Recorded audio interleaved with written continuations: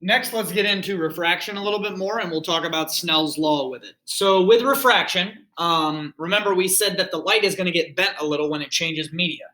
And in this case, the reason for that is the speed of light changes. Now, light is always traveling at the speed of light, but when it's inside of specific substances, it has to go in between particles. And so to an outside viewer, its speed in there is slower. So the speed of light changes as it enters a new medium, which causes it to bend. I'll do a little diagram once we get through all of this that'll hopefully help you be able to see it, and then do an analogy with driving your car. So light travels fastest in a vacuum because there's nothing for it to interact with, and slower as the media becomes more optically dense. So the higher the optical density, the more it slows down, the more bending you're going to get when you go from a not dense media like a vacuum. The way we represent how dense a medium is through something called the index of refraction, represented by the letter N. And that just represents how fast the speed of light in a vacuum is divided by how fast it's going in that. So the more optically dense it is, the higher that number gets. The slower light goes in it. For instance, so for a vacuum, the speed in that media is C, and so C over C is 1. So in a vacuum, it's 1. Air is almost entirely empty space, so it's like 1.0001. It's really close. So you can treat air just like a vacuum for most of the problems we're going to do. When we go from a less optically dense to a more optically dense, what's going to happen is the light is going to bend towards the normal, whereas when we go from something that's more optically dense to less optically dense, we bend away from the normal. Well, what does that mean? Let's take a look at this diagram here. I've got a substance out here and a substance in here. I've got light coming in. Some of it's going to get reflected. Remember that our incident angle is going to be equal to our reflected angle. But now we're also going into this different medium, where we get some refraction there. I want you guys, based on this, take a second. Remember, this is our normal line, perpendicular to the surface. Take a second, and I want you to think about which one of those two substances is more optically dense. Which one has a higher index of refraction?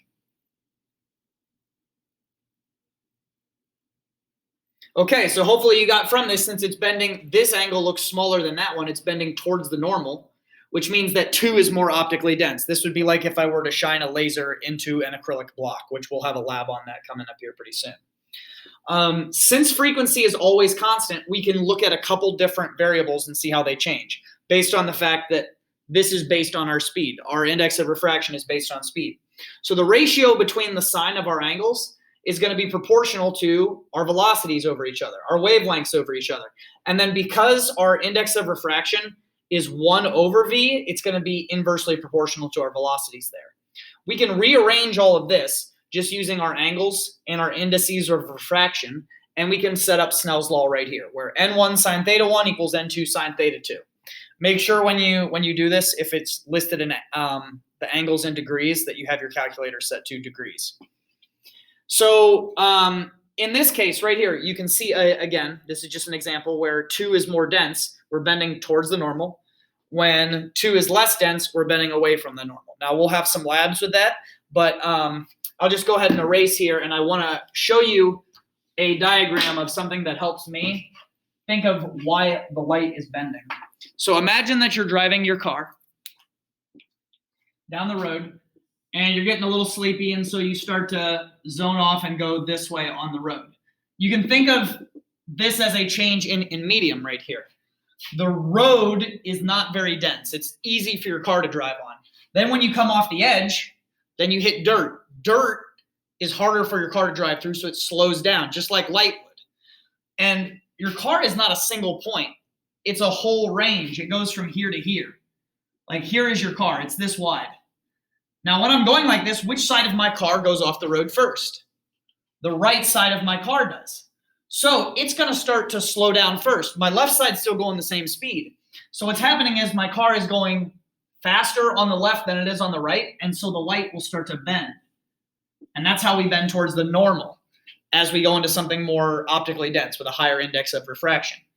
If I, instead of just driving onto dirt, were to go into snow, that right side's going to slow down a lot faster.